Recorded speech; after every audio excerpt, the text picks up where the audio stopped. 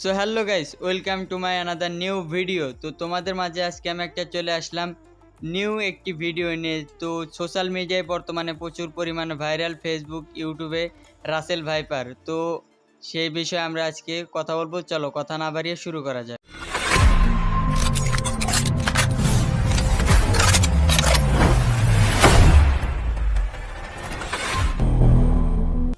ইদানিং Russell viper সাপ YouTube, ফেসবুকে যে পরিমাণ ভাইরাল হয়েছে, সে যদি কোনো মতে মানুষ হইতো তাহলে টিকটকারদের মতো ফেসবুকে আইসা লাইভ কইরা কাপড় ব্লক করা শুরু করে দিত, ঠিক টিকটকার টোকায় মামুনদের মতো। মেরে আমাকে কি করছে আপনারা কেউ স্ক্রিন রেকর্ড করে ফেলে।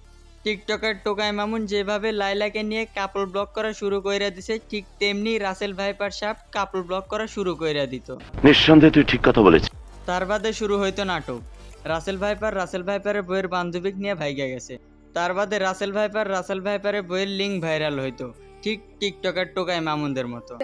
মদ খেয়ে মাথা লোয়ে আজকে এগুলো করছে। তার বাদে আবার রাসেল ভাইপারের বইয়ের ধরা সাপ ভাইগা নিয়ে যাইতো। রাসেল ভাইপারের থেকে বয়স্ক বুড়া বিটির লগে থাকা শুরু করলো। তার বাদেও বিয়া ছাড়া, ঠিক টিকটকার টোকায় মামুনদের মতো। সেই বুড়া বিটি আবার রাসেল ভাইপারের নামে থানায় গিয়ে কেস কইরা দিল। क्यों हिला डाला ना। শুধু নাটক আর নাটক। তাও কপাল গুনে ভালো যে রাসেল ভাইপার কোনো সাপ বলেন কি? মানুষ না, না হলে আমাদের নাটক দেখতে দেখতেই মরা লাগতো। তো হ্যালো গাইস, তোমাদের যদি ভিডিওটা ভালো লাগে তাহলে চ্যানেলটাতে সাবস্ক্রাইব করে রাখো আর বেল আইকনটি ক্লিক করে দাও।